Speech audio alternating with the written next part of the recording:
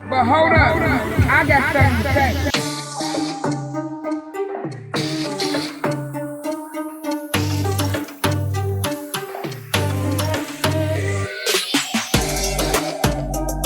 But hold up, I got something to say. I got something to say. I got something to say. We got something. I got something to say. Yeah, I got something to say.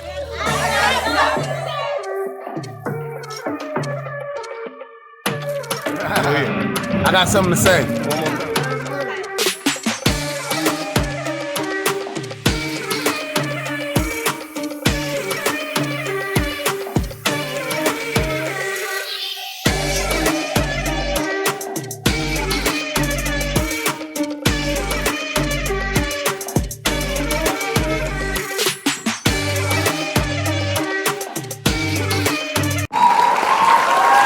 One more time.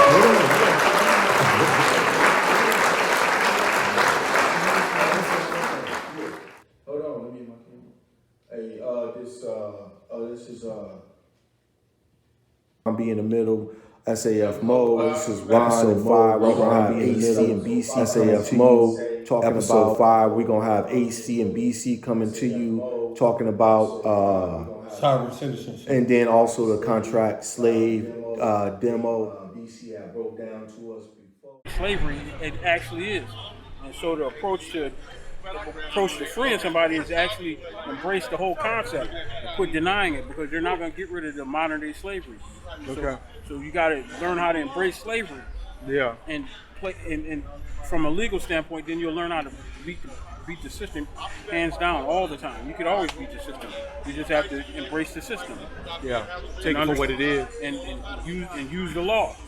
One thing that criminals will never do is they'll never look at the law, because they always look at it from a criminal standpoint. But there's way more law to free people. I think more so the reason we didn't look at the law was because I believe personally that the lawyer was gonna come save me. So I never wanted to look in the law book. That's not his job. The lawyer, he is in all actuality, he's a slave trader. He's about to hit you with it. He's about to he talked to you, saw him before when we was outside at the Selby Jazz Fest, and he came to us, and he's gonna come back again, or we're gonna keep this demonstration going. That's good. We'll be right back. This is episode 5. Ron, be in the middle. We are The voice of the voiceless. I got something to say. You want to hit the light? You want to turn the light on? No. It's just you kind of dark. That's cool too. I got something to say. I got something to say. We all got something to say. You got something to say. I got something to say. Let's say it. And when y'all see our platform, we're not talking about no rappers. We're not talking about how much money Beyonce and Jay-Z got. We're not talking about what kind of car Rick Ross just bought. We ain't talking about what Meek Mill just said in that song. What I want to know. No. We ain't talking about that. We talking about some real life issues, real life shit. The criminal justice system, we talking about the law. The shit that they using against us to keep us incarcerated, to keep us locked away, to keep us in bondage, to keep us in slavery. Voiceless. We're back. This is episode 5. This is Mo, SAF Moe. This is Ron B in the middle. We are the voice of the voiceless. We are The voice of the voiceless. your prison lawyer. I'm here with Ron B in the middle. Come over here. Ron B in the middle. Ron B in the middle. He in the middle. And we got the street legend, Mr. Crawford. BC, the man that used to get it in, but she's gonna drop some knowledge on us about the system, and we're gonna break it down. Hit us up on our Instagram, I got something to say. Hit us up on our website, I got something to say. Hit us up Twitter, on our Twitter account, Snapchat, I got something to say. Facebook. I got something to say. Instagram, everything. We out there. We out there, we're in the streets. Mr. Crawford, hit us with what you got to say. You got something to say.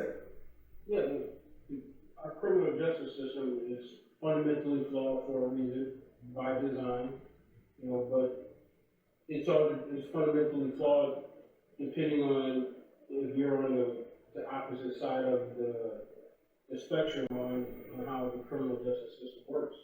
But it's equally it could equally be used in your favor too, if you actually look. But what happens is, society in itself makes sure that we as a people, we're always in a situation where we'll never be able to capitalize off how the system actually works. When you say we as a people, like, who is we? Who are we? I'll give you an example.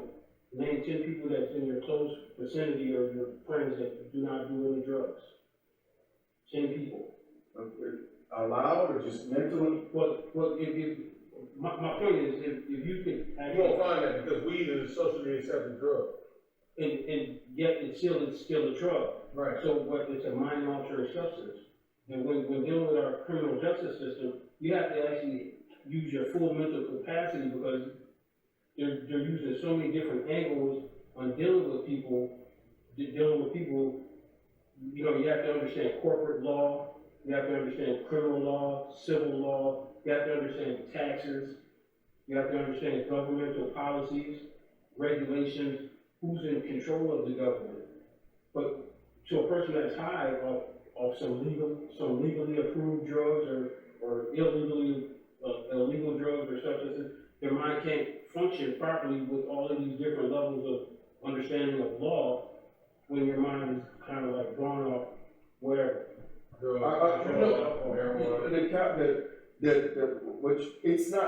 I think like even when I first met you, we were talking about the criminal justice system and you were mentioning you were talking about slave master and all this other stuff and a judge and all that. And I was like, and most of the time when I was in prison, I really didn't want to learn the law. Either I was scared of it, it was too complicated. This is off drugs. This is just going to the law library trying to read case law. They make it so hard for you to comprehend it that most individuals well, I would say most individuals coming to the prison system, they maybe read at a 5th grade level. That's giving credit. That's giving credit. Most people can't normally put together sentences. Even people that graduate from high school, our educational system is flawed too because they make sure that as long as you get a certificate saying, I can give you a certificate saying that you have education. Right. Who am I? I'm a black nigga. Excuse my language. I'm a black nigga that come from the hood. Now, if I give you validation or certify that you're accreditation and whatnot, then guess what? Now you can go take it to somebody else and they can take it for face value. But who am I? Job. Yeah. Whatever. People love certificates. Mm-hmm. You know, people love certificates when, you know, they prove that, you know, but who issued the certificate? I gotta come. I don't want to keep that thought. Wizard of Oz. Remember the ending of it? Yes. Remember when the scarecrow never had a brain? What did he give him? A certificate. And he said, then when he got the certificate in his head, he was like, oh, eat us one. You know, he's quoting all this other stuff. Yeah. So that's a classic example of what you're talking about. Yeah, that's a classic example. We work for certificates. You have to start answering the question: Who created the standard for the certificate? Exactly. We have fully people that are not on drugs have fully capable human minds that can contrive and conceive way beyond anybody's certificate, way beyond any certificate. But what people do is they become complacent, or they're happy with, I got my certificate. A lot of women say this is like, I got my degree, I got, guys, I haven't really seen guys do this too much, but, brag about their certificates. But people brag about their certificates, they brag about their certificates, but it's like, I've seen guys do it too. Yeah, I've seen it too, but not, to the extent. Women do it more so, because they strive more for, as long as they get this position, as long as they get this position now, then they feel they've accomplished something. Yes. And that's their goal, when they reach that goal. But as human beings, we have full mental capability to conceive way more than just what a certificate says. Right. And that's the truth. That's the truth. It locks you into a box. I got it. Like me, I would tell anybody, I'm a law scholar. I haven't went to no law school and I haven't learned how to broker deals. I haven't technically learn how to broker deals or. But you get in and out of the system and it forced you to learn the law. And from ins and outs on how the system is working, to the point where I'm saying, you know what, the government is right. About what? The government's right, the people are wrong.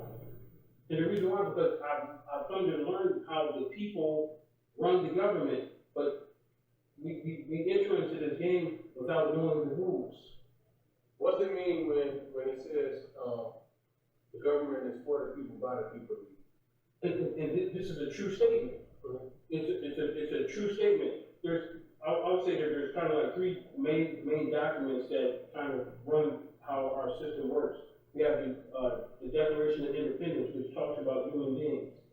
Then we have the Constitution that doesn't even mention human beings. Then we have the Universal Declaration of Human Rights, which talks about the human rights. And the fundamental concepts of law are based upon these three different documents. The Universal Declaration of Human Rights tell you that they can't lock human beings up into slavery. And in the slave trade, the slavery and the slave trade are prohibited in all their forms. So what did they do? They have a constitution that talks about corporate fictions or entities or representatives of the people. The whole time it's talking about representatives of the people, but they're never talking about the strong. They're never talking about the people. And when they never talk about the people. So and then since no one's ever understanding this, how this works. Anybody got their ID on? Yeah. I'll give you an example. No, I'm not gonna read your name. Is this you? Yeah. See, he's a liar. Because it's in the capital letters. You're a witness. We're in the courtroom. Did I smack him? No. But he just said this was him. Do that again. I smacked him twice. In the courtroom, you have to speak the truth, whole truth, nothing but the truth. But society has traded this man, and the thing is that he's reduced to a piece of plastic. Right, that's his name. That's what you said. Yeah, but in truth, that's not you. Right. That's not true. You didn't have me in your hand. I didn't have you in my hand, and nor did I smack the shit out of you. Right. Let me ask you this. I don't want to just, if you got something in your mind, keep it up. But I've been thinking about this. When you go to court, when you first arrange to the court, how they ask you on the court documents, they make you sort of connect yourself to the charge. Yes. What's your thoughts about that? You remember what I said? The government's right. Mm-hmm. I'm saying that they're right. And the problem is the people don't understand how right they are. And the reason why the government is right, because guess who created the government? We the people. Exactly. This is why I said, going back to the Declaration of Independence, the Declaration of Independence breaks down the science on how the government gets to, they govern with the consent of the governed, meaning the people. They're designed to protect the life, liberty, and property of the people. But and most people don't even know what a republic is. A republic is a system of government in which the people hold the sovereign power and elect representatives to exercise that power. Right. And people don't. There's an actual science behind that. But the problem is that people that the conversation is convoluted. The United States is a republic, but it is a democracy. But it's a republic first.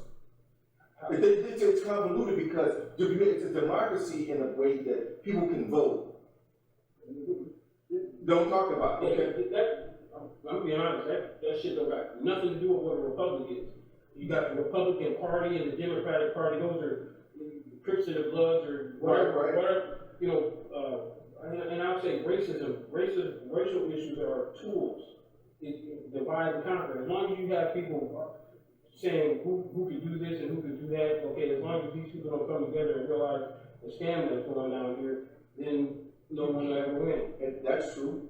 And they can still be in power. Well, but the thing about it is they're doing three-car model. Very much, they are. Three-car model. So now what should you learn? Three-car model and be one of the people. But when they, do you understand what I'm saying? You have to be one of the people, one of the intelligent people that actually understand how the system works. Right. Hands down. Anyway, what is it? This is, I'm gonna take this for an example. This is my scepter. This is, we believe in a republic, a system of government in which the people hold the sovereign power. And this is the sovereign power. It's the state still, right?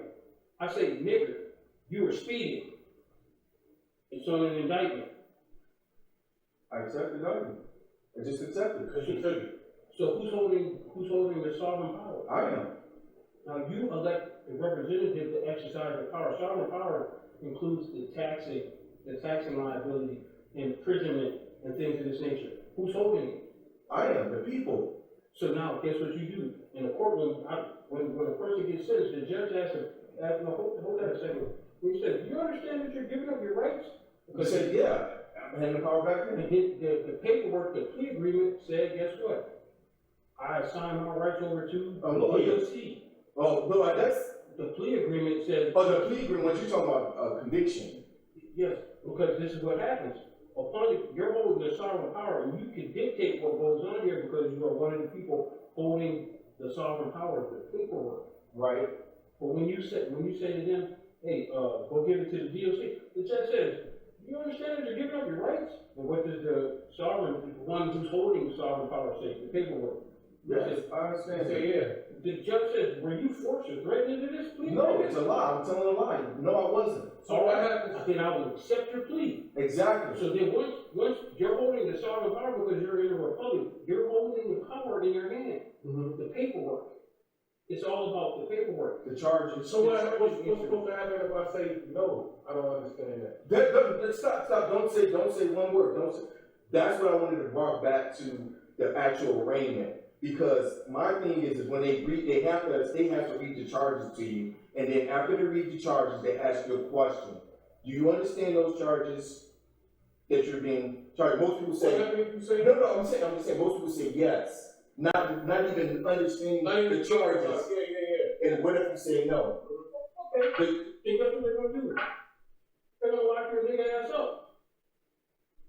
The system is. So they're gonna make me sit in the county for years or months and months and make me sweat it out until I go back in there and say yeah. We know this old famous saying, ignorance of the law. There's no excuse. There's no excuse. Right. Because we're all equal. Equal opportunity. They got public education that teach education. If you're beneath basic education and understanding of our legal system, the system is not going to.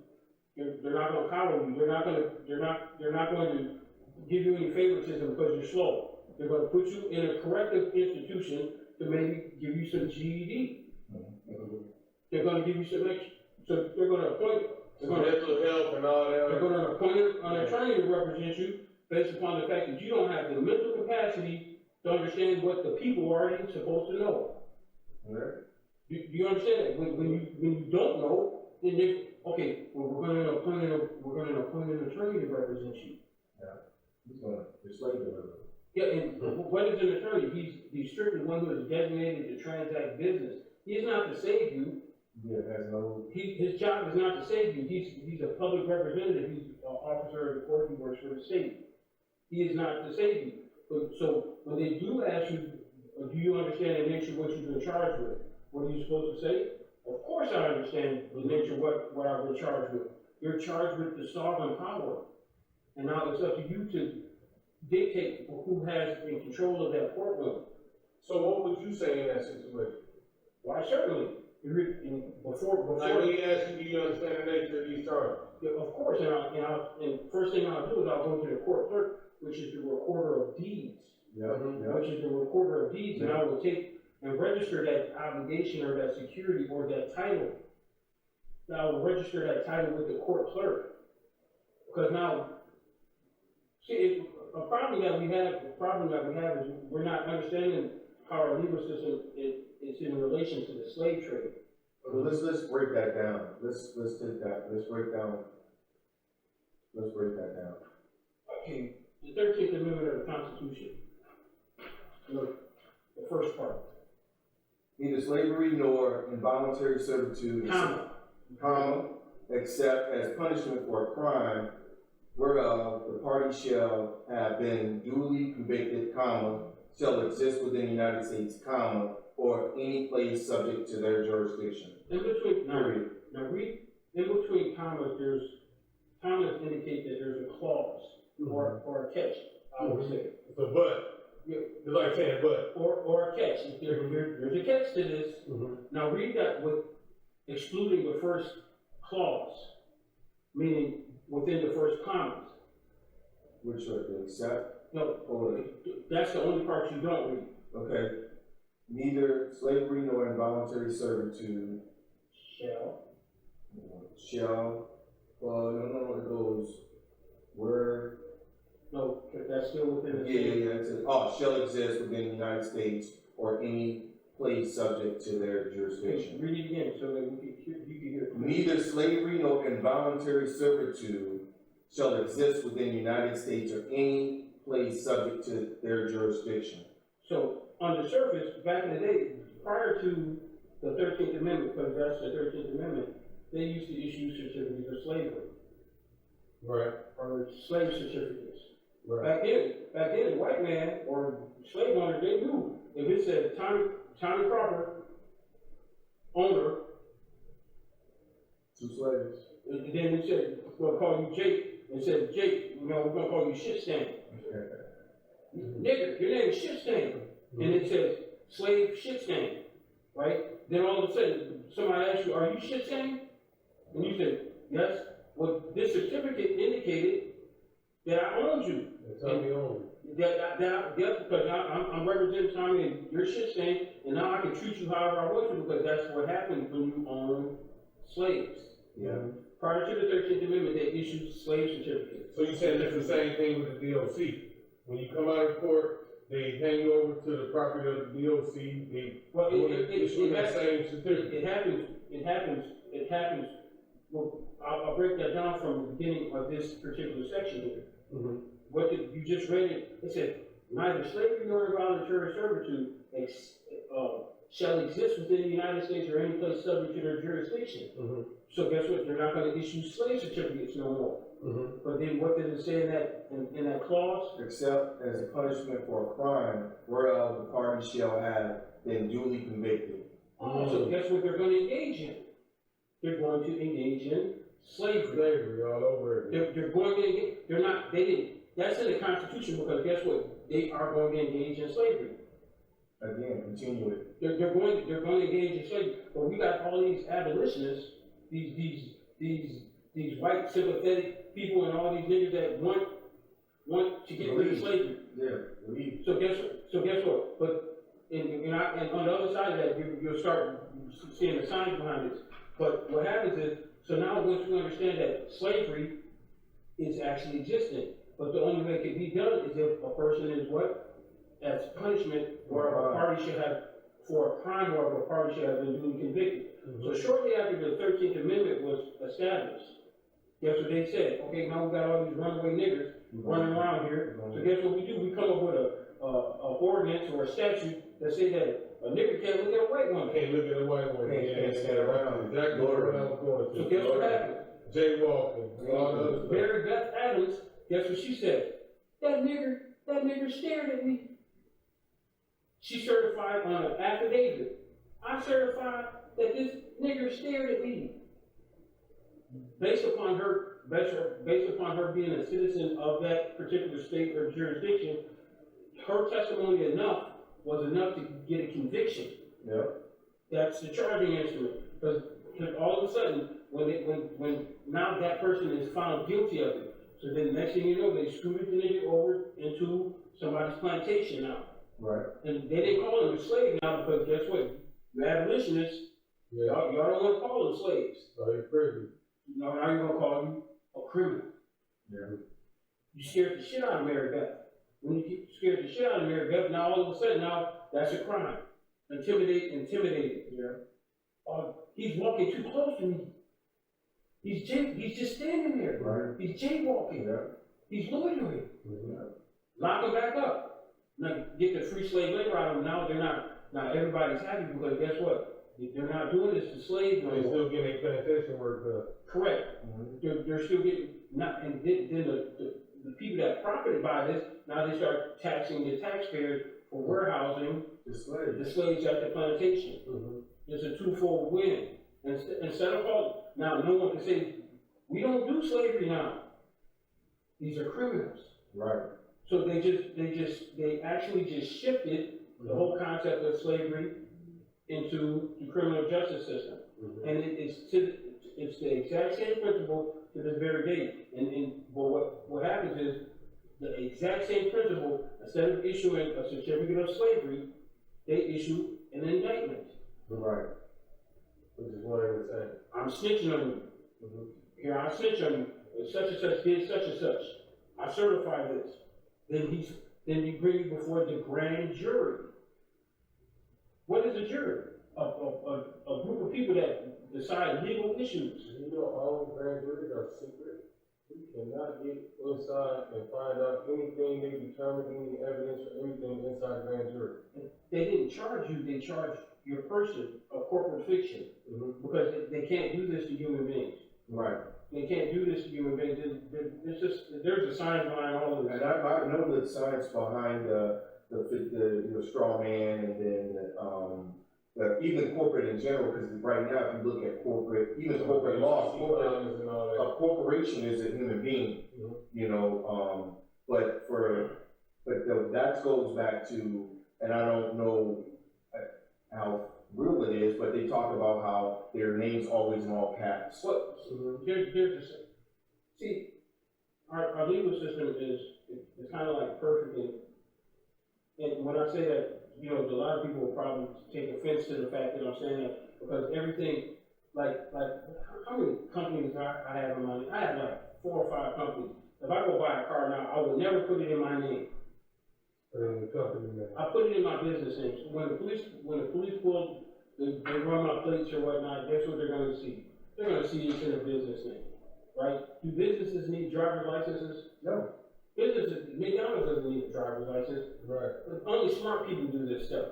But here, I'm gonna throw you into the average nigga category.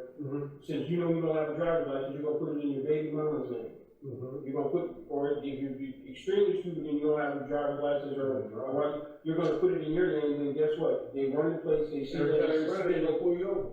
then they're gonna take your car or whatnot. But smart people don't put things in their name, they put it in a business name for asset protection, to avoid liability, you know, just in case, what if you get to, if I let you drive a vehicle that belongs to my company, who are you gonna sue? Who is he gonna sue when they have to sue the company? He's gonna sue the company, but all my assets are protected because they're in a different business name, because I'm probably still not gonna put it in my name. And you're gonna be held liable because you're the one driving, but it's asset protection. But understanding the concept that everything we deal with is in corporate fiction. We could talk about the straw man, because the straw man that's our first, you know, when a nigga first hears something about artificial persons or entities, they think they hear the straw man and they get a very negative notion about it, because it's like, that's fucked up that they really did this to us. But the truth is, this is just ordinary course of business. I was trying to teach people about straw man in the 90s. And they didn't believe it. 1999. And they didn't believe it. You crazy. Nigga, you crazy. Nigga this, nigga that. You crazy. Hell no. But your person can be sued. Your person is. Here, I'll give you an example of okay, who wants $1 million, $10 million worth of facts? Someone wants $10 million. Okay, I'm gonna give you $10 million. Now think about it. I'm giving you. You're a human being, which is called a natural person. Right. I give you $10 million cash, and you're holding it in your hands, right? And it's legitimately. I gave you $10 million legitimately. Now, are you going to walk down to Selby with $10 million cash in your hand? So what are you going to do with the $10 million cash? Put it in the bank. You're going to put it in the bank. And then guess what the bank is going to say when you come there with $10 million cash? And then they know that you got IRS on it. No, well, see, They want your ID and all types of stuff. because you're doing this, but it's all legal. They're gonna ask you, what name would you like to, what name would you like to insert? Mm-hmm. And what name did you give them? My name. So now 1 minute, so now there's gonna, and God, we, Trust. now look at the concept here. 1 minute, you physically had $10 million cash. Next thing you know, your person is gonna have $10 million in cash at Wells Fargo Bank and trust. Do you see the correlation between that? Your name is gonna hold $10 million cash in trust with Wells Fargo Bank. But you gave it right back to the corporation. You physically had the $10 million. Like here, for example, Tommie Crawford, I have $10 million cash. Right.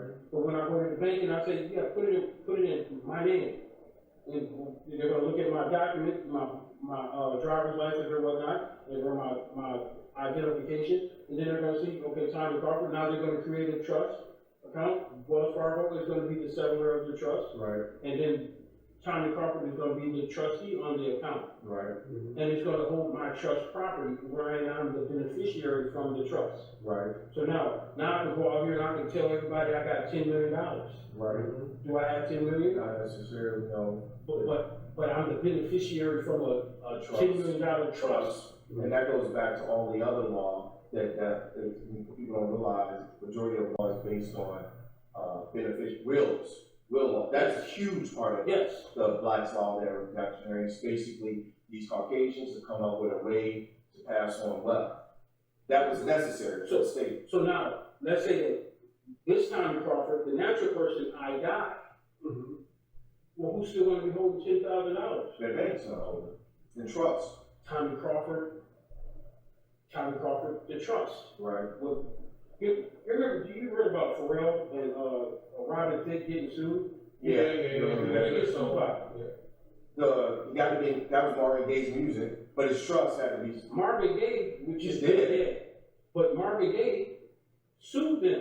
I believe it was $7 million. His trust got received. So now the beneficiaries from the trust capitalize off that song. But the thing about it is what we have to keep understand, the reason why they set up this sovereign government, whatever, is so they can continue to pass wealth along to their family members, because they were the only ones accumulating wealth. So when you go back to the whole slave trade and dealing with slavery, if slavery is the first economic foundation they had in this nation, then it makes sense for them to continue to, because they're going to do well. If right now I'm starting this country and I know I'm going to benefit from these individuals, and I'm seeing the future, I'm going to want to have laws and statutes in place so I can continue to get this wealth. It's logical, it makes perfect sense. Yeah. But now all of a sudden you get a bunch of people that are sympathetic to the black cause, but they're undereducated, poor white trash too. And when I say that is, there's people that just don't know. Like I said before, race is a tool. Hitler said that. What? Hitler looked down. No, he looked down and he said that these people also actually knew that race doesn't even exist. Yeah, think about it. You're an impoverished, poor white person. And guess what? Here, I'm a rich guy. I'm a rich white man. And I say, hey, niggers ain't shit. They ain't like us. Now I'm giving you we have power. Right. My whole goal is to use your dumb ass to capitalize on these defenseless, undereducated people. And why? Because you're undereducated yourself. Right. But it's also, like you say, if you look at oppression, the only way you can actually operate is that they do something like that. You look at the criminal justice system in general, and if you look at corrections, they always have some form of a trustee individual who's he's not a CO, but he acts like a CO when the CO's not around. When I was away and I was in prison, we have cars. I don't know how they. Yeah, well, they don't have an estate, but I understand the car. We have cars, we have the religious cars, we have the state cars, the gang cars, and you always have, you have these leaders of all of these different organizations or affiliations or whatnot. And what happens is, in the prison system where I was at, You gotta explain to the people like what a car is, because a lot of people don't know, they've never been to prison, they don't know what a car is. Sabrina, I got something to say. What a car is. Tell me what a car a is. car is a group of people that you associate with, to organized group of individuals that you associate with inside of a Like a gang. It's like a gang or your organization Coalition. or your affiliation. Yeah, affiliation, yeah. You know, in the federal system, you have state cards. If your state is, you know, if you're black, you have the black Minnesota card. You have your white Minnesota card. If you're from Kansas, you have your white Minnesota card, your black card. And then you have the gang card. You know, the Bloods, the Crips, the GDs, the Vice Lords. You know they're all together now, right? Depending on what area you're at. In some places, people still have, they have cars with inside cars, you know, based upon that's just how it is. And the purpose of this, and the prison officials love this. Yeah, They love this. They make sure that everybody, they have on record. It makes their job easier. Yes, because what they do is they allow leeway for the car leaders to dictate and regulate the actions of each Individuals in their car. in their cars to make sure that the prison is ran smooth. And that's why I used the whole power situation when we were talking about initially, but go ahead with the explanation about continuing with that. But that's what I got was going with the power situation. But then, you know, by my time in prison, I've learned that, wow, they do this in the world too. Yeah. We have civil rights leaders that have a cause. We have different movements. We have religious organizations that, guess what they say? Neither slavery nor involuntary servitude, except as punishment for a crime whereof the party should have been duly convicted. Meaning, the process in which they're going to turn people into slaves is through the criminal justice system. Correct. The process in which they're going to turn people into slaves. It's the criminal justice It's a system. system. It's a system. It's an institution. Could you have the conversation and you start realizing how this stuff works? It's really neat how they do this stuff. Run. Well, that's how. Oh, the other side. If you have the receipt, right? If you have the receipt to that bill, right? Can I come in and say that that's my bill? You can say it, but it won't be true. What if we had to go to court? Who are they gonna say that? Believe you don't believe, because I'm not receiving. I'm not. It's not just my word. I got a receipt. He has what is considered title. Which is a receipt. The title or the receipt. So now we're dealing with a different group of laws. Which is right now to be civil. It's a civil matter, and then the judge is gonna look at, well, he has a receipt to it, what proof did I have? I'm like, well, he looked at me and I said he should give me the belt. And guess what the judge is gonna say? Get the fuck out of here with that dumbass shit. And I'm gonna lose in court, even though I paid $350 for the filing fee, when I should've just went and bought Another but not Probably cost $50 or less. No, 300. That's the real deal? You sure you ain't get that from $7? I got that from no motherfucking Smiley's episode. But now we're dealing, the judge is gonna deal with a different group of laws based upon ownership of property. It's not criminal. Yeah, it's not criminal. Criminal, right? And understanding the side behind that, well, the law favors the owner who has title to the goods. All the time. But we're going back to this. We're not arguing about how that belt or your property was turned into your property. But the fact is, the law protects ownership of property. That's a different group. So now, what we're going to do is, like when food is FDA, for example, the FDA, what do? They manage food or they don't. the manufacturer of food. Are we mad at them for doing that? No. Because they make sure that people process our food to where it's where it's edible for human You won't consumption. get sick, you won't get, Where is that? yeah, it's that they're not giving you outdated foods for that regulation. And it becomes a process. It's regulated and it becomes a process. We're not mad at the FDA for They set standards.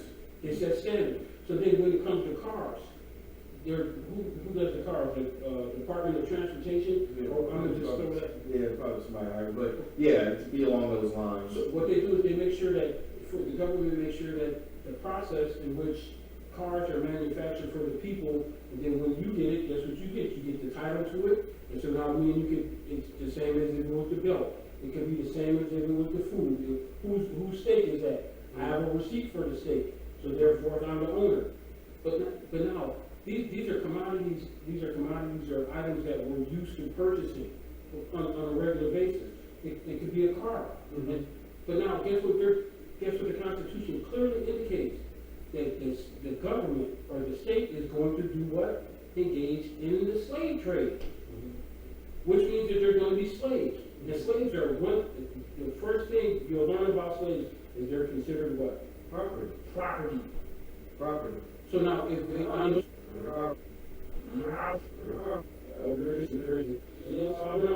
the government or the state is going to do what? Engage in the slave trade. Which means that they're going to be slaves. And the slaves are the first thing you'll learn about slaves is they're considered what? Property.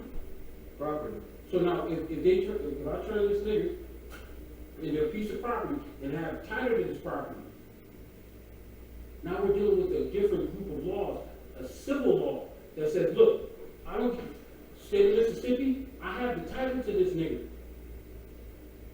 I have the title to this particular piece of property here. And it has a state seal on it that says I have title to it. Now you, as being a lawman, what do you have to recognize? You gotta recognize the law. You gotta recognize that paper. Yeah, but he gonna follow the law. The law is gonna solidify this particular paper. He gonna need to do is follow the law. If I come up to right now and he has that, I'm gonna respect this piece of paper. Because it's the law. It's the law. It's the still. I gotta follow on stop plates to leave my sovereign. Because it's the law. Yeah. Because I did everything that was legally necessary to claim my nigga. Yeah. And to claim my belt. I have the receipt for it. And then when you go to court, now the law is in effect.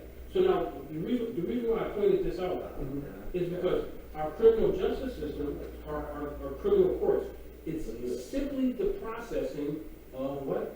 The law. Of slaves. Of slaves. There's no other court like criminal court. Probate court, everybody knows the rules. Divorce court, everybody knows the rules. In any other court, you know the rules. But criminal court is the only process where they they auctioning off these niggas behind the pen, and guess what? They give you the title, and you don't claim the title.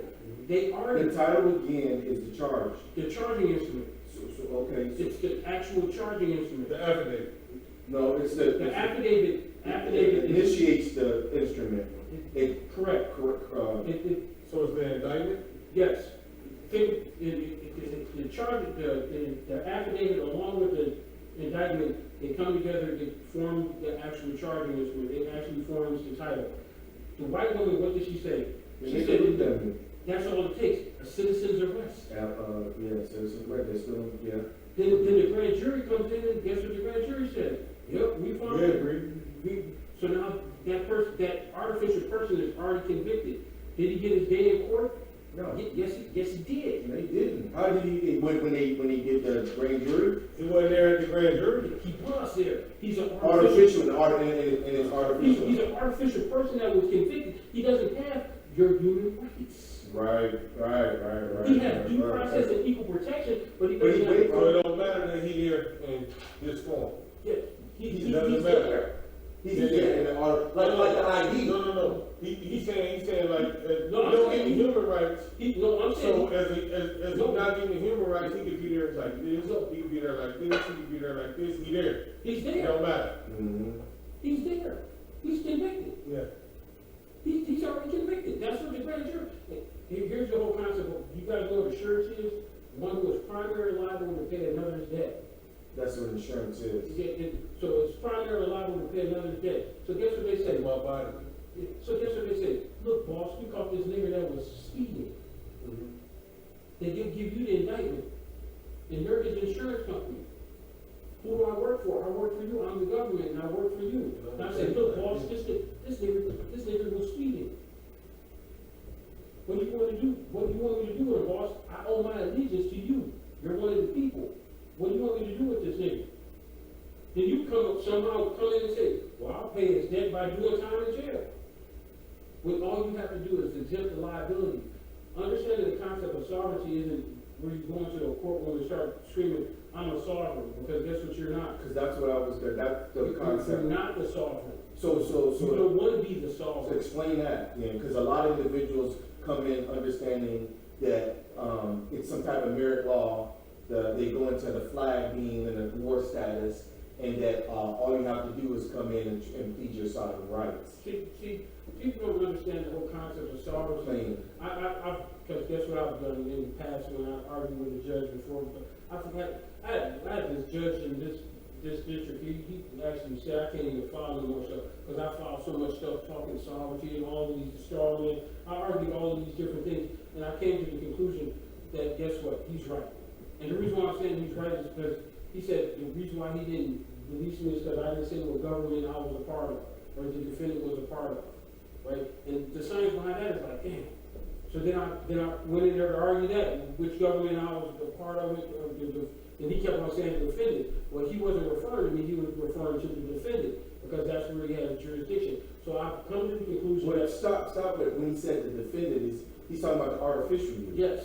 That's what he's got jurisdiction on. He doesn't care about the natural use. Because nowhere in the case am I involved in the case. The artificial person. Right, I'm not a party. He's talking directly to you. And if you don't understand what he's saying, it's going to go over your head. And you going to accept it? No, he just told him, he's like... No, he said in his orders, I wasn't informed. At first I didn't understand the whole concept of what they were doing at first. But then when I realized that there's a scam going on here, like when I got convicted, I started realizing, wait, there's a scam going on here. The Constitution talks about privileges and immunities. Right. It talks about the citizens of each state should be entitled to all privileges and immunities of the citizens in the several states. And I go tell my public defender after I got convicted, no, go use this. And the bitch ran out of the room. She ran out of the room. Because now all of a sudden, I'm hitting on something that... she know about already. But she's an officer of the court, so she can't get involved. Right, and I'm like, no, put in a motion for my privileges and immunities. They're doing what for the PSI to come in. I know the PSI. The PSI people come in and like, oh, she's going to pat me on my shoulder. This is to make sure that you, in the feds, they ship you all across the country. She said, the reason for this is to get you to a prison close to home. Like that was appealing to me. Now she's using a tactic to divert attention from what you're talking about. Prison close to home. I'm like, wait a second, I'm not trying to go to prison at all, period. Zero. Now, I need you to put in a motion for these privileges and immunities. Because at that particular time, I didn't understand what the privileges and immunities actually was and how it worked. What are they? Understanding how this works, right? And it's some basic. I want to say it's basic, but it's complex because people don't understand it. I'll show you some science. Everything that they do, it's for a reason, and it's kind of neat how they do this. Excuse my language. It's kind of, go to the enumeration of powers. The first part of the enumeration of powers, Article 1, Section 8. When you understand who created the Constitution, we the people of the United States created the Constitution. We put Congress in place to make laws. So what does it say? The first part? Section 8, it says the Congress shall have power to lay and collect taxes. Stop. I want you to read too. So what does it say? We the people say that what? Section 8, at the beginning of Section 8. The Congress shall have power to lay and collect taxes. Okay, stop. Okay. Now we're gonna go down here to this. So I'm fast tracking how this works. And this part right here. to make all laws which shall be necessary and proper to carry into execution. The foregoing powers, Okay. come. The foregoing power, what was the foregoing power? The power to do what? To lay and collect taxes. Yeah. What we fail to understand is what taxes are. So when you learn what taxes are, then you start realizing when a court imposes a sentence, impose means to impose a tax. Do you pay all taxes in cash? No.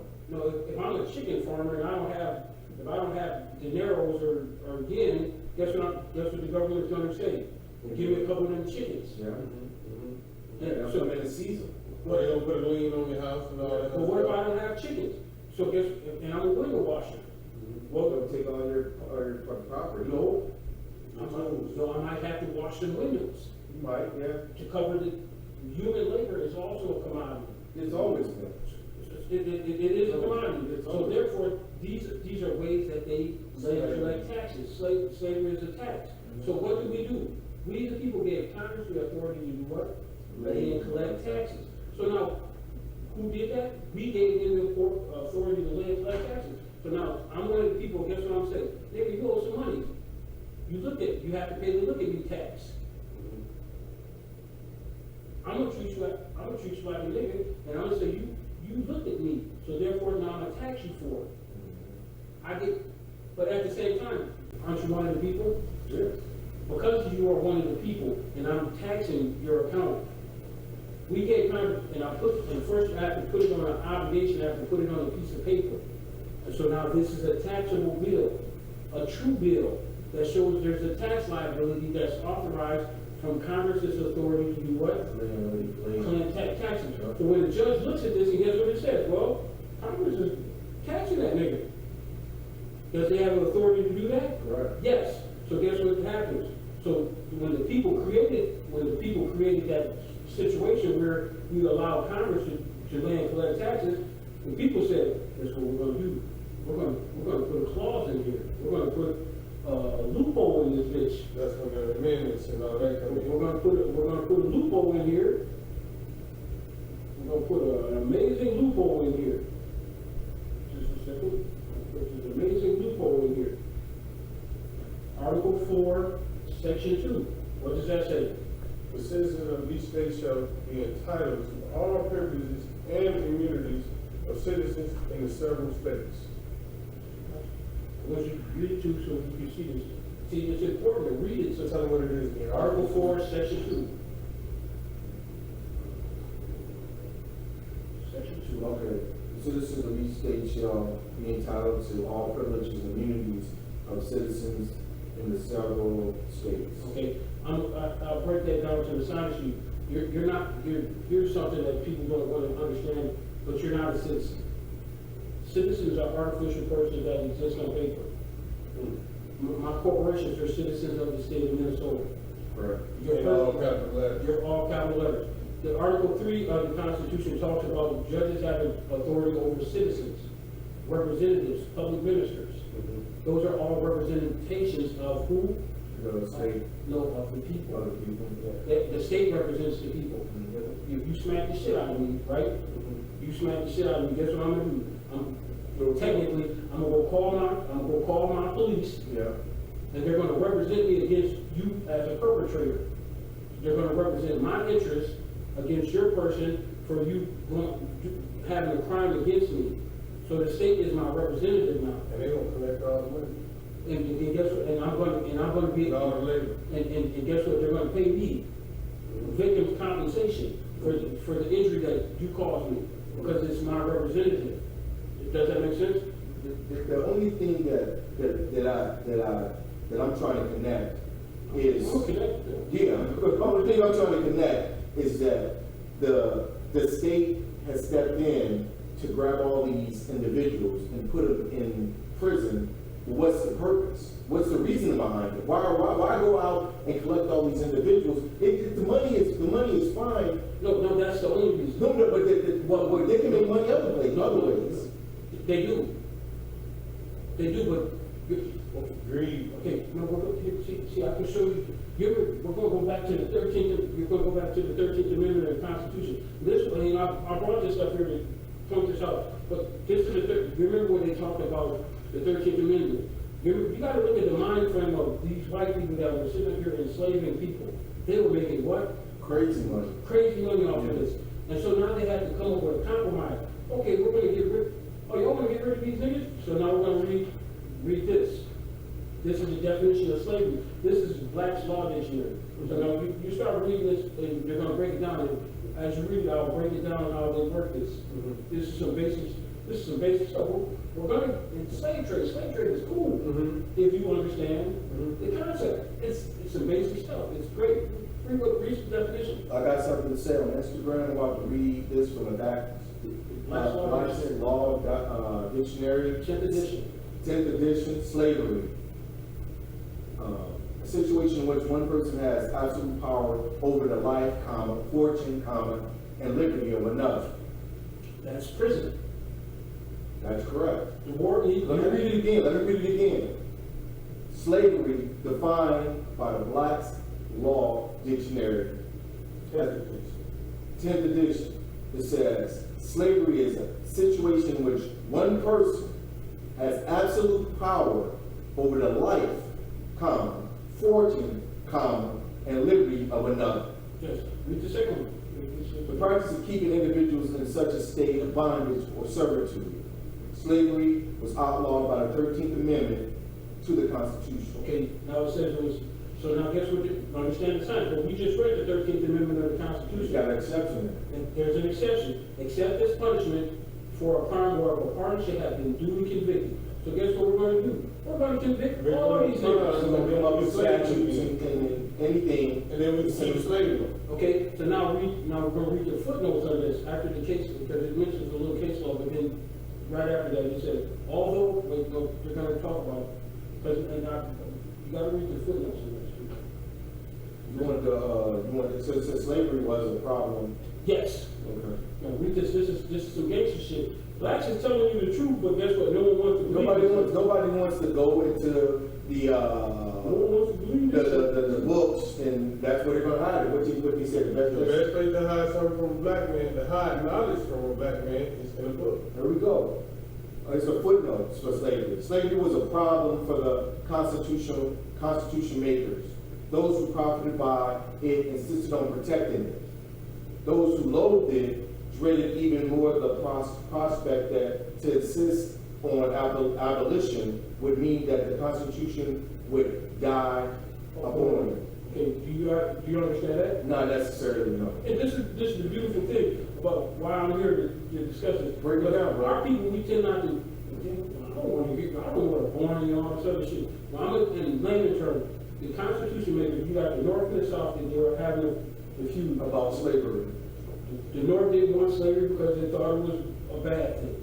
The South said, look, we got these niggas and we make a gang of money off this shit. Right. So then you got your Harriet Tubmans and stuff. Now people, everybody wants to, if you say something negative about somebody, all of a sudden they want to treat it a certain way, like I'm a bad guy or whatnot. But I'm not. What happens is, they're like, okay, so now the Civil War came out, they're fighting each other, killing each other left and right. And the South said, look, we are not giving up this damn slave trade.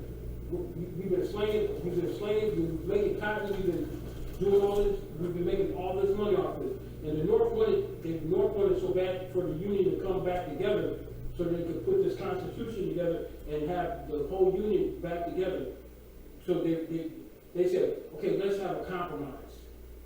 Because if we keep, because the South said, no, if we've got to end slavery, we're not gonna be in this. We're gonna succeed from the Union. That's what they said. They banded together, said, we're going to succeed. So guess what they did? They came up with a compromise.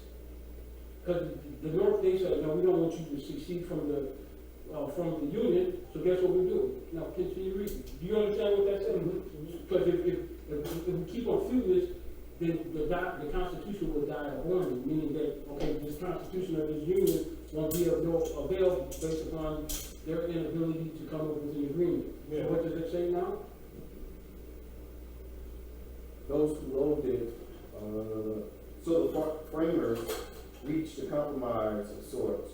The word slave and slavery would never be mentioned, but the Constitution would safeguard the peculiar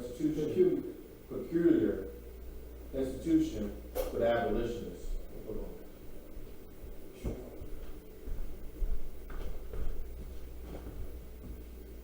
All right.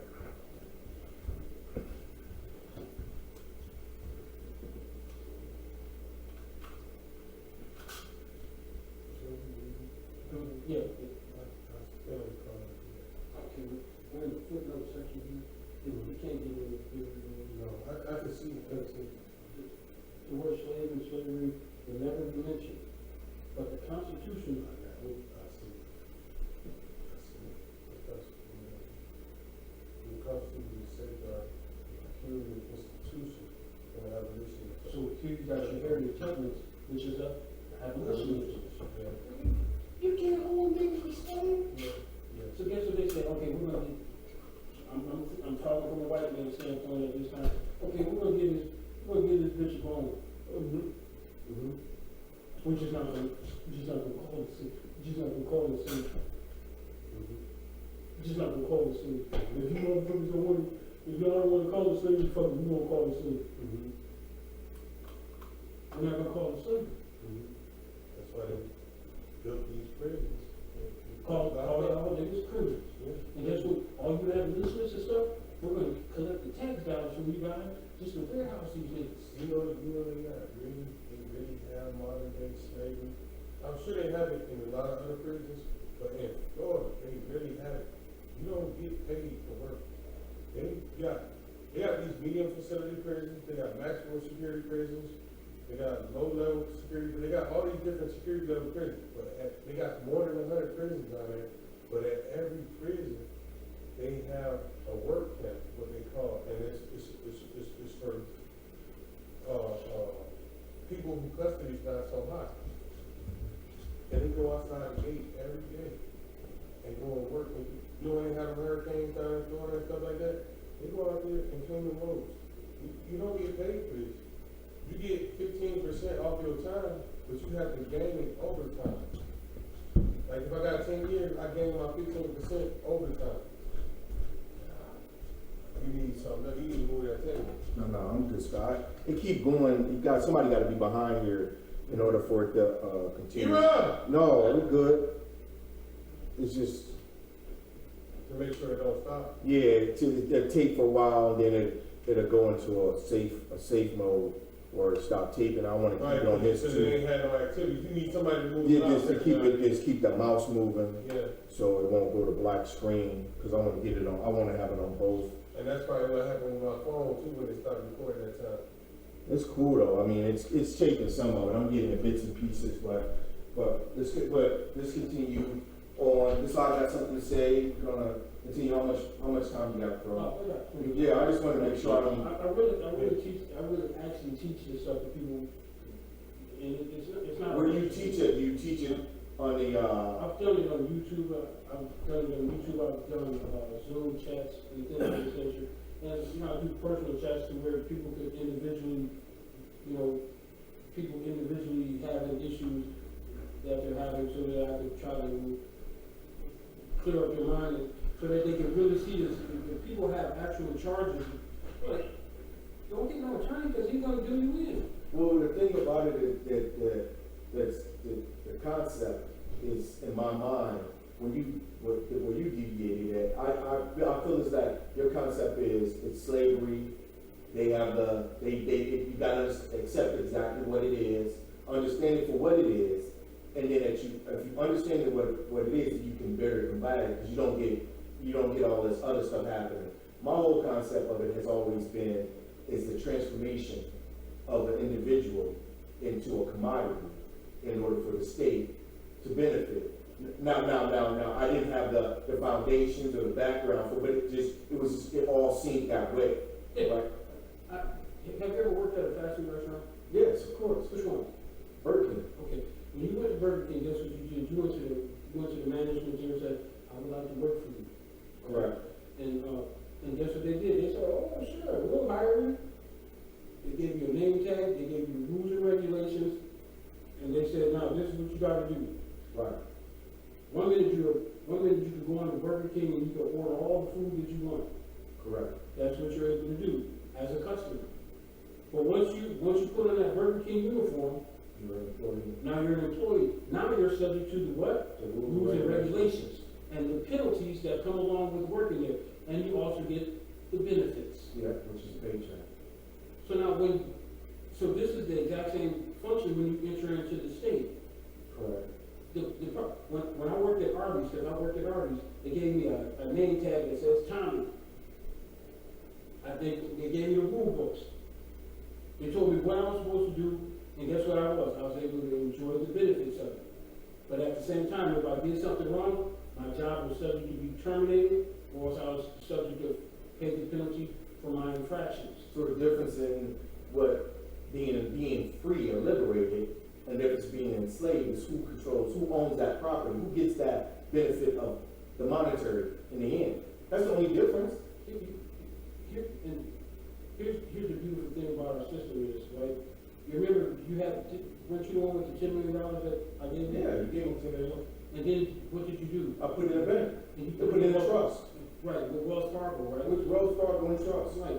So then next thing you know, guess what? Wells Fargo, in the fine print, they said, if you go beneath the $10 million, we're gonna charge you $100,000 a month as a penalty. Correct. Because, and you gotta think about why they did it. Because Wells Fargo, they're gonna take your $10 million and they're gonna give you interest off your $10 million somehow, and they're gonna take your money. They're gonna take your money and they're going to put it in other things so that they can make a profit, and then they're gonna give you interest off of it. But if you go beneath the minimum balance, it's gonna mess up their contracts. Yeah, the contract. And as such, now you have to be penalized for it. Correct. So now you're content with them taking $100,000 of your $10 million a month. Yeah. But whose money is it?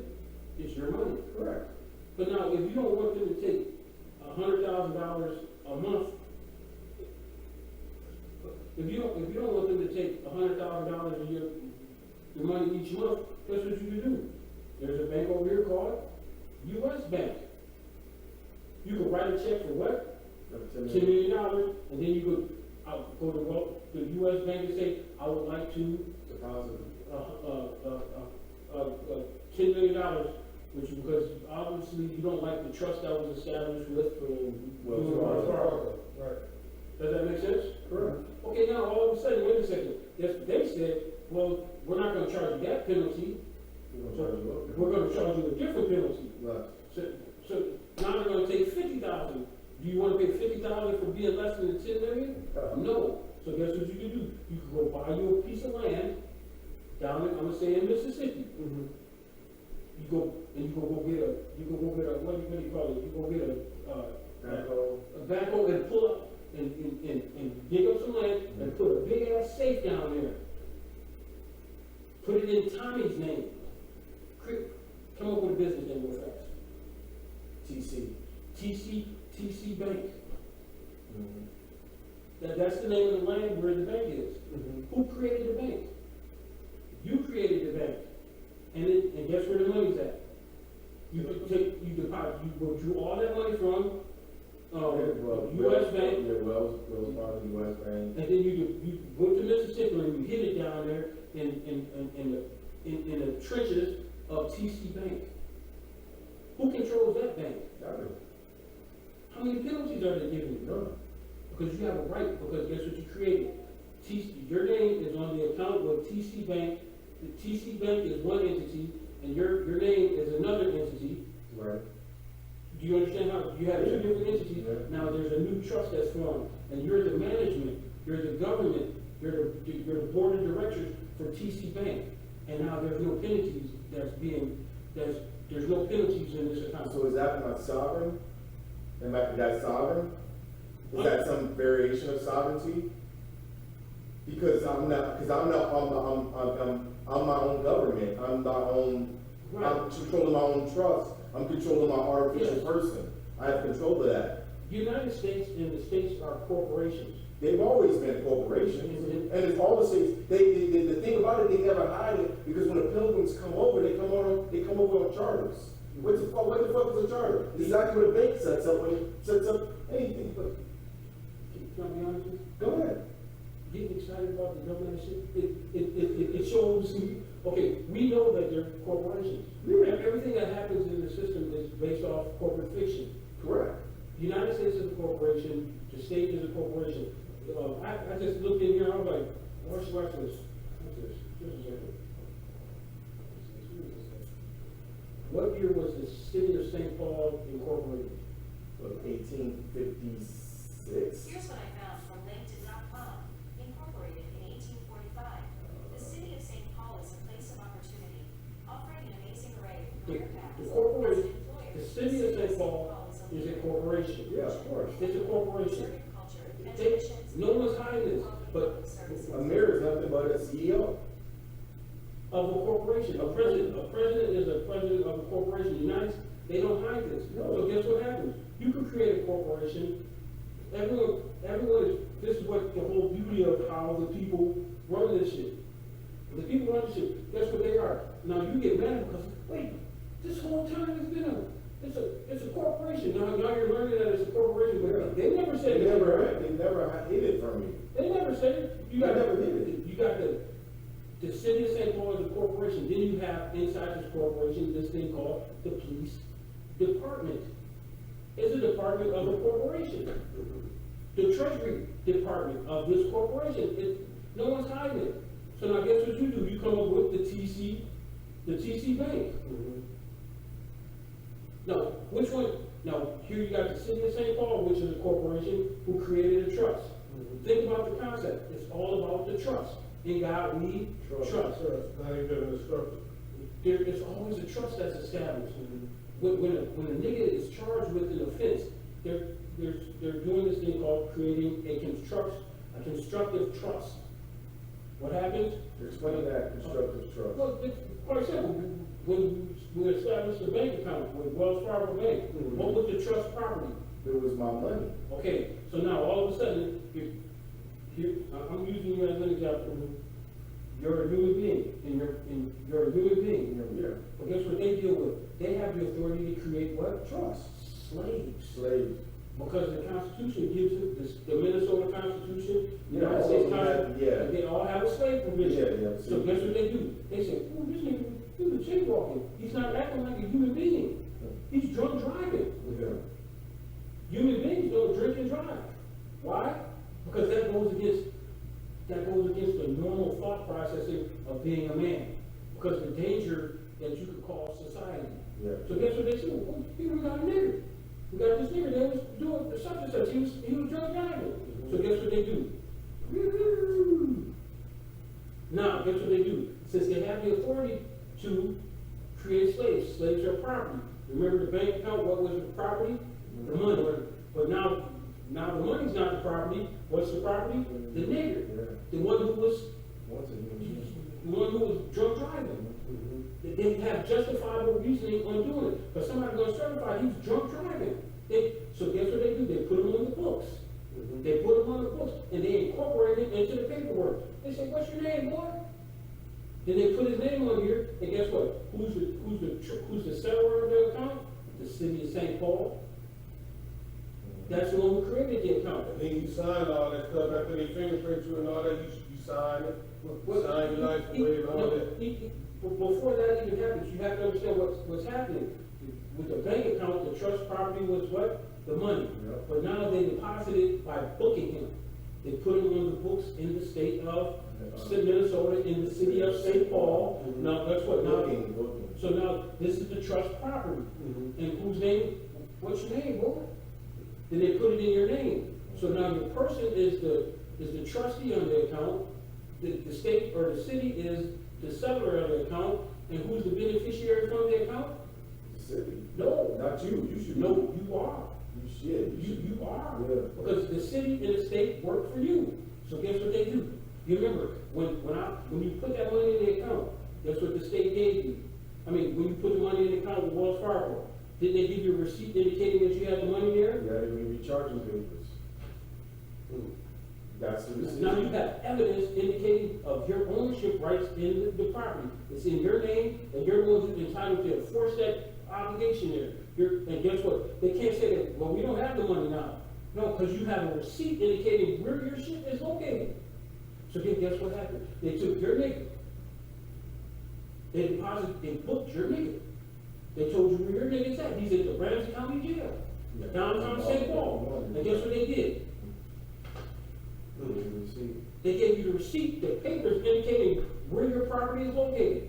You're a beneficiary from that trust that was established. Your nigga is the trust property, your person is the trustee on the account, and the city of St. Paul is the settler of the account. And they gave them penalties. As long as this nigga is sitting in here, the taxpayers is gonna pay the fund to take care of this trust property in here. And then they're telling you, you have a right to get your property out of here. What you do is you see, this is the whole reason why I was going over the citizens of each state should be entitled to all privileges and immunities of the citizens in the several states. Yeah, that's what we were gonna break that down. Okay, first we go back to Congress. Who put Congress in power? We did, people. So who has the duty? The people. No. Who? Oh, the government has the duty. We're gonna look at it like this. And I break it down to the science. Let's say that you're the king. You're the one who holds all the power, right? Yeah. Now, you hold all the power, guess what? Now, everybody in the world owes you money, right? But guess what? You have ladies that you want to attend to and spend time with and so forth. Do you want to go and collect money from all these? No, tax collectors. So guess what you hired me to do? Because guess what? I'm a reputable nigga. I got a name for myself. And guess what I'm gonna do? I'm gonna go get all your money. I'm gonna get all your money. So now who has the obligation? You do. Because guess what? You put me in charge. I gave you the power. I gave you power. To go collect. I'm holding in your name. I'm like, look, then you gotta collect this money. You are the king. Yeah, where is money at? I'm kidnapping him. Where's his money at? I'm beating him down and stuff. He owes you $10,000 and he ain't trying to pay it. You don't personally know this guy, but guess what? He owes you because he's staring at somebody. But you got the power now. Is this the police? Look, This is the tax collector at this particular time. because you I gave you the sound. I gave you part of my power. to do what? To go Lay and collect Yeah, taxes for you. now this is the Congress. And guess what I'm doing? And I say, look, boss, this is what I'm doing. Are you happy with what I'm doing? Yes. Oh, thank you. Pat me on my back. Pat me on my back. Good. I'm doing it. I'm doing it. Check it out. I'm doing my job. Yeah. Do you get what I'm saying? Yeah. And I just need you to sign off to show that I'm doing my job because I have a duty. I'm indebted to you to do my job. I am a debtor. I'm indebted to you because you put me in power to do this. Do you have a daughter? Yes. How old is she? 21. Okay, do you have a young child? No, I don't. Okay, we're gonna look at your daughter for an example. All right. Now all of a sudden, this nigga here, he owes some money. For whatever reason, he owes some money. But now here, your 21-year-old daughter, I see her hopscotching. You have a law that says people can't hopscotch. So guess what I do? I wrap my hand around her head, and I start. Do you know you was hopscotching? You violating the law. Can't do that. And now I'm putting her arms behind her back, and I'm putting her in a paddy wagon, in a dark paddy wagon. It's real dank in there. There's no air there, because I know this is going to get her to do what? Hey, and I come to you. Now remind you, this is your daughter. Because she want to be out of the situation so bad that she willing to do anything to get out of it. No, but no, this is, and forget her. My duty is to who? Him. But understand the sign behind it. This is your daughter that I'm doing this to. I say, look, boss. Now you were happy when I was doing this to him. I'm like, boss, you're sign off on this. I sign off on that shit. But boss, I've That's been my doing. daughter. I've That's been, my daughter. but boss, I've been doing my You're job. fucked up. Yeah, No, I didn't fuck up because I didn't fuck up because I'm doing my job. Yeah, but that was my daughter. But at this point, guess what you do? You exempt me from my duty. Okay. You exempt me because I'm just doing my job. Excuse me, I'm doing my job. But in this particular situation, yeah, she's exempt. Not only is she exempt, I'm exempt too. Okay. The Bible says, forgive us our debts as we forgive our debtors. Because in this particular situation, if I attack your daughter, who's going to feel the effect of it? I would. So, am I your debtor? Yes. Because I'm indebted to you to collect taxes from her, because guess what she is also? Your debtor too. Forgive us because now we're talking about you. Forgive us our debt, accept our debts, as we forgive our debtors. Yeah. Because me and your daughter Okay. are your debtors. Yes. The Constitution provides that Congress shall have the authority to do what? Lay and collect taxes. But then it also says that the citizens of each state should be entitled to all privileges and immunities of the citizens in the several states. And what is the privileges and immunities? Yes. It's the exemption. They don't hide this. They don't hide this. Exemption of the debtors. Privilege. We'll find this and we can. So just real quick, back to your story, when you told your lawyer you wanted to file a motion to exact your privileges and immunities, and she ran off, what made you, did something click in your head at that time, like, Yes. what the fuck is going on? Yes. She didn't Why? walk out of there. She took off. She took off. So you like, did I say something that, And I'm like, what the fuck? It was so odd, I had to say, what the fuck happened? But then it clicked in, okay, something fishy about this. yeah, something's not right, why? Because, see, now the reality is, when we go into these court settings, we're not talking, the reality is, we don't talk about the law. We're not talking, but guess what they're doing? They're following the law, but they're not talking about the law. The whole time, they have you feeling so guilty. Yeah, they don't really like you. This But is- they find out the way to beat. Well, the thing about it is the state sets up everything, and the pretender that you're dealing with, along with the state sets everything up to make whatever crime you supposedly committed, makes you the individual, it makes you feel as though everything that happens was because of you, and there's no reasoning to get you off of this, get you out of this situation. Put it like this, while you're operating on a level of psychological guilt, Yeah, they make you feel bad, they're showing you pictures or. you know GDEP, you know what GDEP is? You know he murdered somebody? From Puff Daddy? Yeah. Okay. He murdered somebody. No, I didn't know that. No, he murdered somebody. Did you hear about that? No, he murdered somebody a long time ago. And guess what? They never caught him about it. But the shit has fucked with his head so much, guess what he ended up doing? Like 9, 10 years later. He confessed.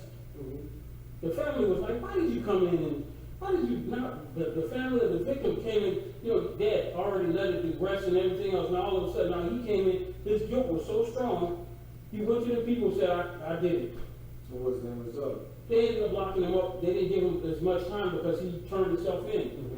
But he's probably still in prison now behind that. But they gave him some time behind it. It was like shit. They wasn't looking for him. Yeah, but the Case guilt, was closed. but There was never no case. They didn't have it. but the thing about it is like, what we're talking about is the guilt, but I'm telling you, it's not just the prosecutor, it's your public pretender who brings this guilt along. Because nobody, when you say, well, I didn't do the crime, well, look at these pictures. We're going back to the cop. We're going back to the cop that pulled you over for the speeding. What did I say? He said, you could have, even if it's a small amount of guilt, It's enough. do you understand? There could have been a kid running across the street. So what is he doing? He's creating this whole concept of guilt. No, I didn't. Because the nigga's still in the piece of white people pie or whatnot. The whole concept of that, people are so afraid of the white man. And we can lie all day and say that overall we're not. But no, we're afraid of the white man. And when we're afraid of the white man, this all of a sudden happens. Anytime we do anything that they don't approve of, then guess what? We feel guilty. And they know that. That's just how the system is. But that's coming through cultural, family, black folks, Reinforcement. being reinforced throughout our. First time going to jail, that's what they do. Your mama gonna come and see. I'm just telling you. Your mom's gonna get you locked up the first time. Just go tell them. Yes, tell them you take the plea deal. Yeah. You know you did it. Just come home. Yeah, exactly. But your mom ain't gonna tell you nothing wrong. Right, exactly. Even though she ain't never been through this, she doesn't know what's about to go wrong. Right. She's never been in this situation. My granddaddy warned me about Florida, North Florida, before it even happened to me. I got a DUI down there in 2009. And he told me, he said, take the deal for the 6 months, take the deal. And I'm like, okay, granddaddy. It went in one year and out the other year. I didn't take the deal. I took probation instead of taking the 6 months. 1 year and 1 day probation. Well, or 11 months, 29 days probation. That's what it was, 1129. That's the name of it, 1129. I took the probation. 2 years later, They're setting you up. and 2 years later, I hadn't paid off all my fines for the probation, so I'm still on probation. Now, mind you, I only had 11 months and 29 days probation. So, it's 2 years later, and I'm still on probation because I hadn't paid off all my fines. And then, 2 years later, I get in a high-speed chase. The police get behind me again. I'm drinking and driving again.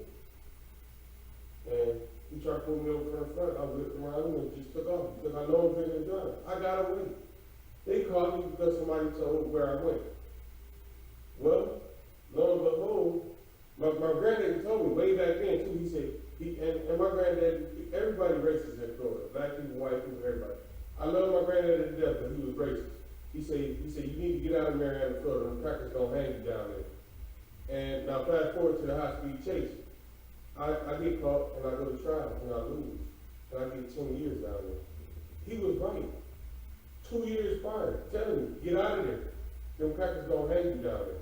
I don't use that word. I don't like using that word. I don't condone it or nothing like that. But my granddaddy told me this 2 years prior to it happening. And I got home down there for 10 years for a high-speed chase. What do you read it? Privilege. A special legal right, exemption or immunity granted to a person or class of persons, semicolon. An exemption to a duty, period.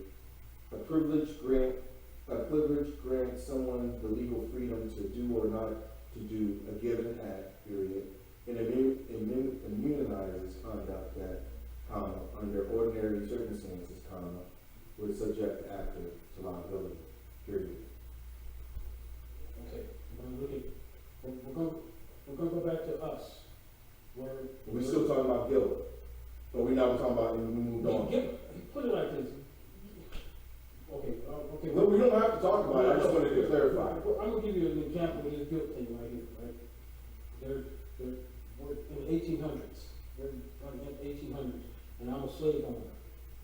Right? I'm a slave owner, and this black man is a slave owner. This was black slave owners. Okay, and I own this white girl. I own a white slave. This bitch, I own her. Mm-hmm. And all of a sudden, on the corner of my cornfield, guess what I'm doing? I'm out here taking the sex from her. Mm-hmm. I'm taking the sex from her because guess what she is? She's my property. You do what you want. Yeah. I'm taking it from her. And she's screaming, no. And guess what all these people do? They come, hey, leave her alone. Leave her alone. It's my property. And guess what they do? They take me to jail. They took me to jail. Can't you believe this? They took me to jail. Can't believe because I'm drunk too. Like they took me to jail. So now, I know that this bitch is my property. Right. I know she's my property. So guess what they're saying? You're a fucking rapist. Can't be. Look, They can say it. the narrative in which they are holding inside their mind They can say it. they're saying I'm a fucking rapist. Yeah. They're saying I'm a rapist. They're saying I'm a rapist. And to everybody, all the spectators seeing me take my slave's pussy, they're saying I'm a rapist. Then I go before the judge. Right. They're gonna break it down. You're guilty of raping that white girl. That's what the charging instrument says. But guess what I got? I got superior papers. You got time. This bitch is my property. All that shit about guilty of raping a white girl, no, that doesn't apply. Because this white girl is my property. And I can do with my property what I want with my property. Mm-hmm. And guess what the judge is going to say? Get out of my courtroom. Am I guilty? Am I guilty of raping her? It's a psychological thing. If I feel remorseful about it, if I feel guilty, that's irrelevant. Yeah. But where's she at? Now I'm gonna probably beat her for her screaming long enough to get these people to come sit up here and come get me and lock me up. But because the legal paperwork are sitting up here saying that this is my property, and I can do with my property I want. But now while you sitting here talking about me being guilty, I don't give a damn what the fuck you think. That's my thought processing. I don't care about what you think. Am I guilty of it? Who fucking cares? What the law saying is, look, this is my property, I want my property released. But And I didn't commit a crime, and that's my property. But the difference is a psychological understanding of it. Like you said it, I don't know your situation, but when I brought up mom coming in, trying to convince me to take these charges, and they utilizing that as a guilt. Everybody's allowing that to happen, right? Come in, let your mom talk to you and confess these crimes. Come on, just tell us what you do. Go ahead and take your ass to jail. That guilt is and I'm trying to tell you, in our community, it seems to be such a, it's at a level that we can't even decipher logic from doing something stupid like turning ourselves in. But it's going back to this, it's a part of the programming. Our people are programming. Back in 05, I wouldn't have never saw so many homosexuals running around. Right. I didn't see homosexuals running around. Now, They're in the club. fast forward today, you can't call a man now because guess what? He might have another pronoun. And he says that he's a woman. Right. Where did this stuff come from? It comes from programming. Human beings, even though pit bulls are dogs and they're easy to train, human beings are just as easy. Because guess what? Reverse psychology. I'll give you an example. Don't think of a giraffe. Pavlov. Don't explain that to me. Don't think of a giraffe. No, he's telling you when he tells you that, it's gonna automatically, your mind's gonna think. Automatically, Yeah, if he says don't do it, then you're gonna do it. Yeah. But he's I'm the government. Don't think of a giraffe. right. Yeah, it's behaviorism now. I'm telling you, you know, you hate me, I'm the government, and I'm saying, don't think of a giraffe. Right. Who the fuck is the government to tell me not to think of a giraffe? Now, the next thing you think of, I'm faultless. Go ahead. I'm gonna keep on. Go on. I've been working all day. I've been at work since 9 o'clock this morning. Go on, take a break. next thing you're doing is thinking of a Giraffe. giraffe. When was the last time you thought of a giraffe? Never until you brought it up. See, it's a part of the programming. Right. Our government, when you talk about hate, when people hate the government, guess what they do? They love you hating the government because guess what? As long as you hate the government, you ain't never gonna read the laws. Right. You're gonna, well, that, The law is telling you how to go free. right. Right. The law's telling you how to go free over and over again. It says it over and over again in the law how to go free. And when I teach this stuff, I'll show you. Read what the law says. And guess what you have in the courtroom? Everybody in there are what? Law enforcement officers. Mm-hmm. But guess what they don't want you to do? They don't want you to look at the law because now if you you can enforce the law. You can make them enforce the law that talk about you going free. Hmm. So guess what they do? They fill your mind up with so much guilt. Right. You did it. And you just admit it. You did it. Mm-hmm. That white girl in there, what did I do? That white girl that slaved mine, I did do what I did to her. But guess what? The law says I can do that. Right. Whether I'm guilty or not, the law says I can do that. That's totally different. So guess what the judge says? He go tell the sheriff, who's a law enforcement officer, let him go.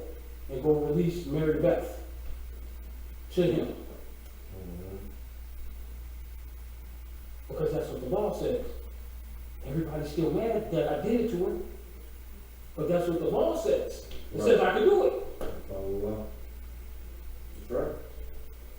That's simply what the law is. You know, I just wanted to talk about the whole guilt concept and how they utilize it within the system. Do you think the slave owners gave a They don't, damn? you know, they mixed up because they understood what they did understand is what was really going on, and they understood that it was property to them. It wasn't Do human. you think this judge gives a damn about giving you 10 life sentences? Don't care. You mentioned it initially. Give a man 10, 6, 7, 8 life sentences. That's no. Do you think that public defense?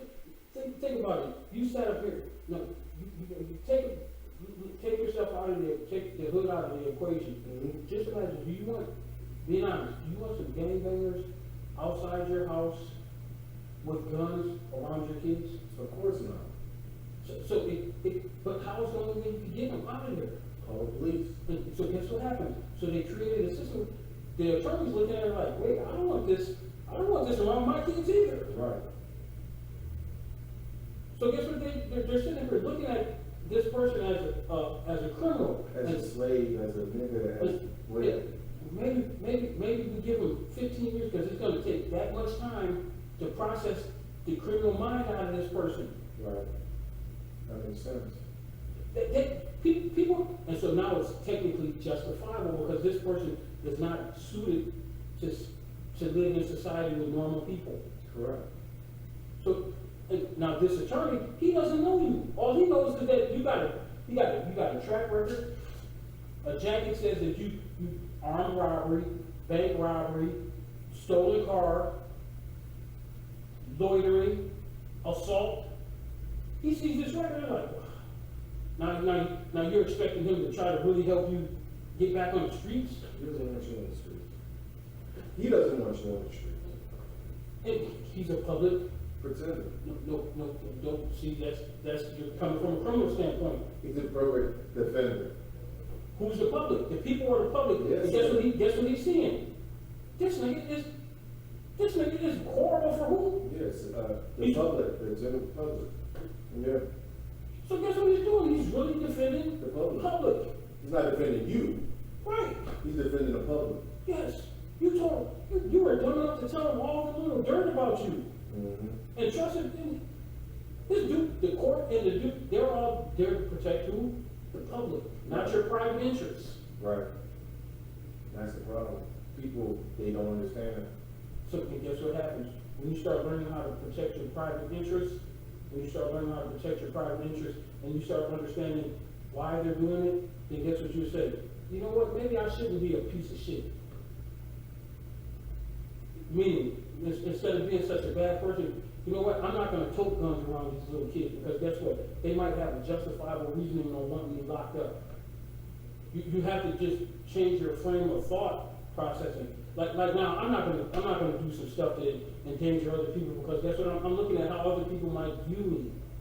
And you think that's justifiable for them locking you up? No, what I'm saying is, when I've acquired the knowledge on how the system works, Then it becomes, I know how to. I have to understand everybody's interest. everybody's standpoint. Yeah. Why isn't this attorney trying to help me go free? Because you're a public nuisance, you're a danger to the public. It's his job, he's been empowered by people to put you in jail. Do you see what I'm saying? So now, since I'm such a bad person, right? Guess what? On paper, it looks like I'm a bad person, but guess what? In my mind, guess what? I've changed. I've done so much. I've done so much to elevate myself in understanding. And I know this public defender is not going to represent me, because guess what? It shows that I'm a public nuisance. So now, guess who has to come in? I have to come in, and I have to represent yourself. Now I have to start checking everybody in that courtroom. You have to represent yourself. And my interest in this courtroom. Right. But the problem with that is that first of all, they make you feel as though you don't have the knowledge to be up in there. And this is what the problem is. Ignorance of the law. No excuse. There's no excuse. So no matter how many times you go try to, no matter how many times you try to defend Lil Willie or Lil Jojo or whatnot, ignorance of the law is no excuse. Because if you're not smart enough to get out of this situation, then guess what? The system is gonna roll over you. This is the reason why everybody said that I was raping that white girl. They said I was raping that white girl, but guess what I had? I had enough knowledge. Yeah.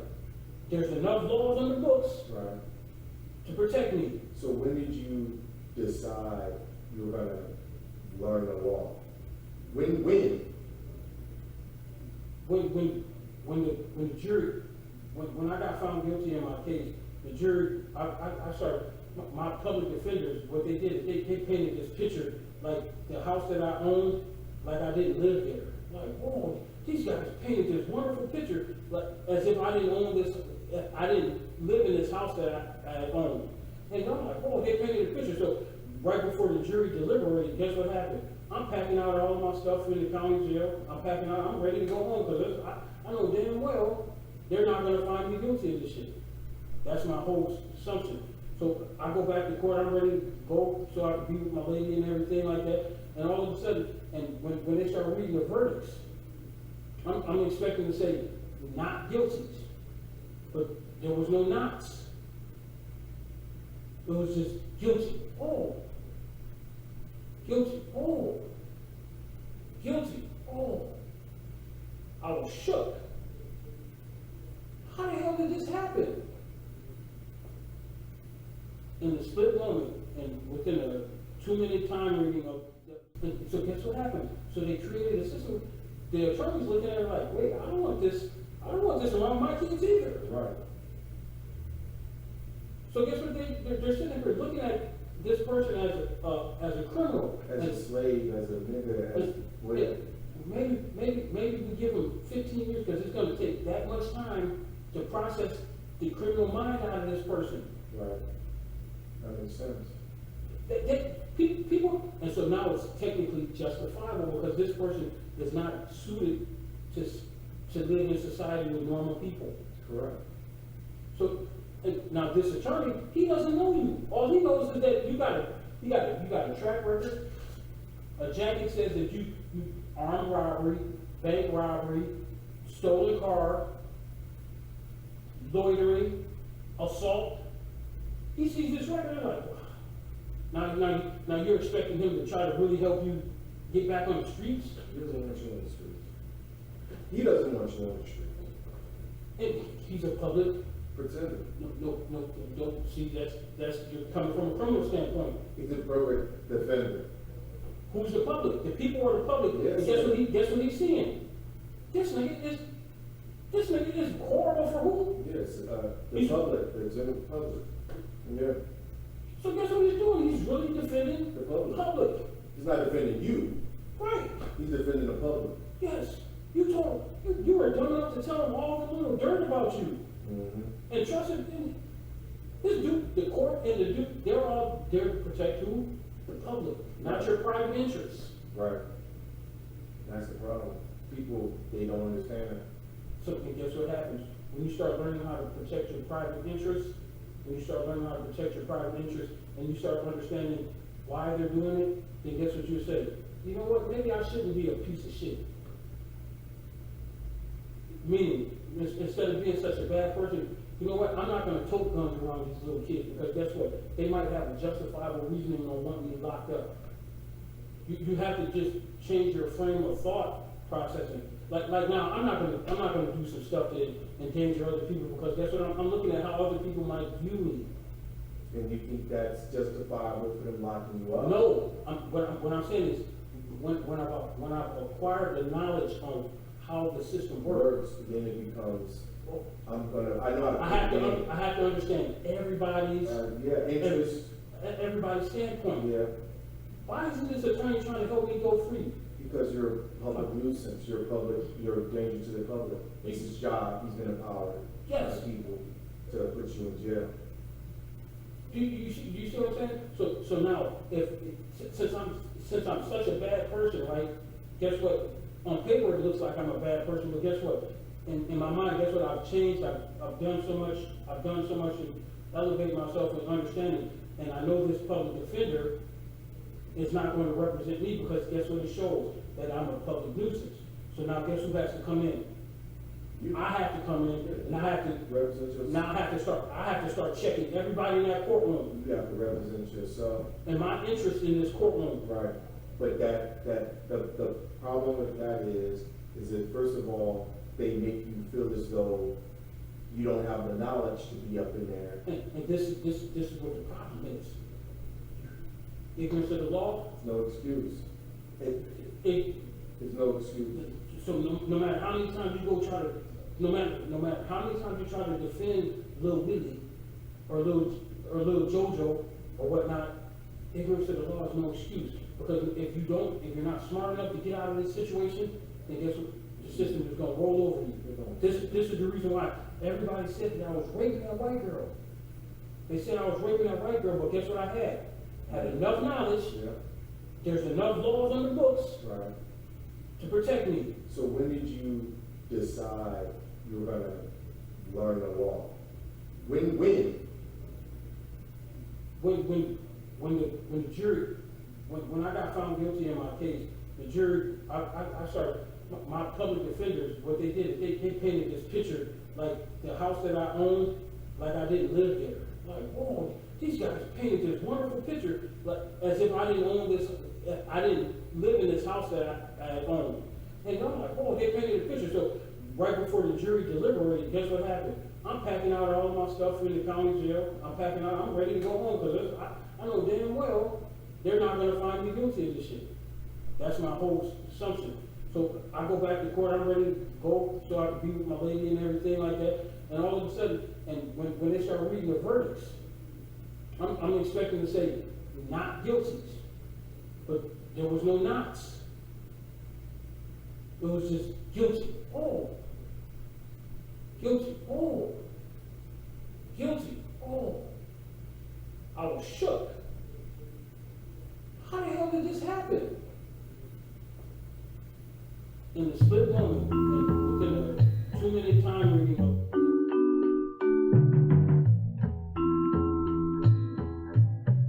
more than ever now.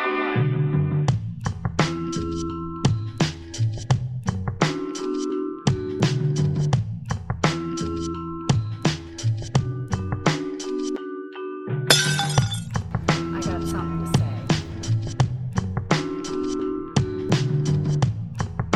Do it now. I got something to say.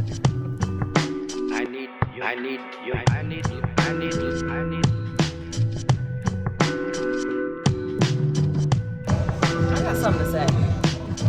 I got something to say.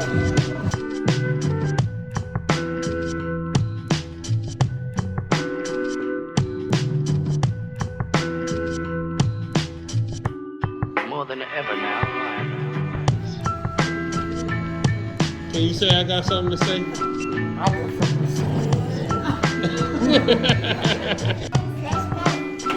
One more time. I got something to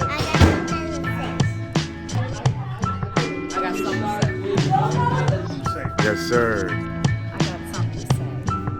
I need you. I need you. I need you. I need you. I need you.